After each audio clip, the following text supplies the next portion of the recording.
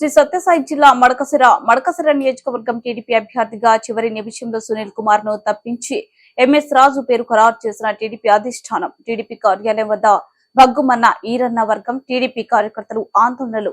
Party కార్యాలయం వద్ద ఫ్లెక్సీలు చించి చంద్రబాబు చిత్రపటాన్ని చెప్పులతో కొట్టి దహనం చేసిన కార్యకర్తలు.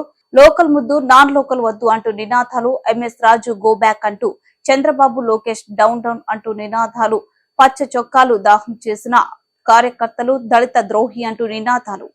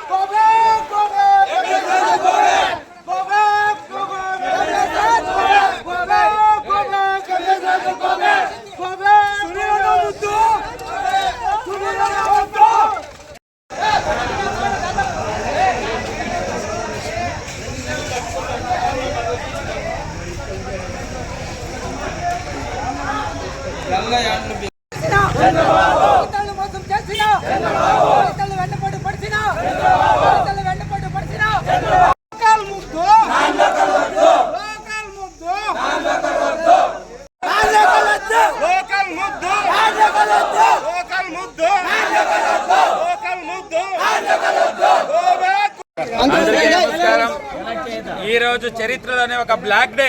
ఎందుకంటే మడకసిర ప్రాంత ప్రజలు అమాయకులు. మడకసిర ప్రాంత ప్రజలు తెలుగుదేశం పార్టీని నమ్ముకొని బతుకుతున్నటువంటి తెలుగుదేశం ప్రజానికానికి ఈ రోజు చంద్రబాబు నాయుడు నమ్మించి గొంతుకొచ్చినాడు. దీనికంటే నువ్వు పిలిపించి ఈరన్నని మడకసిర ప్రజలు పిలిపించి ఇంత విషం బట్టలు ఇచ్చి విషం ఈ రోజు విషం తగినా కూడా మీ నమ్మకంతో తగేవడం.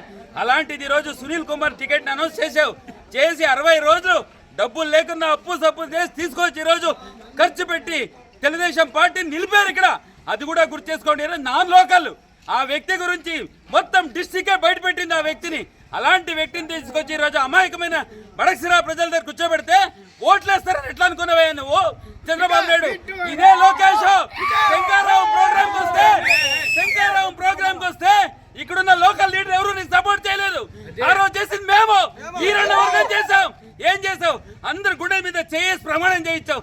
నీతి లేదా నీకు? గుండెల మీద చేసి ప్రమాణం చేయించిన తమ్ముడిని గెలిపించమంటే నమ్మినావు. ఈ రోజు నమ్మించి గొంతుకొచ్చావు. పాల్సారథికి వార్నింగ్ ఇస్తాను. పాల్సారథి టికెట్ వచ్చి 60 రోజులైంది. ఒక్క రోజు కూడా క్యాన్వాస్కి రాలేదు. ఇప్పుడు ఎట్లా తిరుగుతావు మడకసిరలో? నువ్వు మడకసిరలోకి అడుగు పెడితే తెలుగుదేశం పార్టీ ప్రజలు మా హాస్టల్ తాగొచ్చుకుంటారా? ఈరణని గెలిపించి ఖచ్చితంగా అసెంబ్లీలో అడుగు పెడతాం. ఇదే ఈరణ కోసం నువ్వు ఎత్తుకొని వచ్చే రోజు ఒకటి ఖచ్చితంగా తీసుకొస్తాం.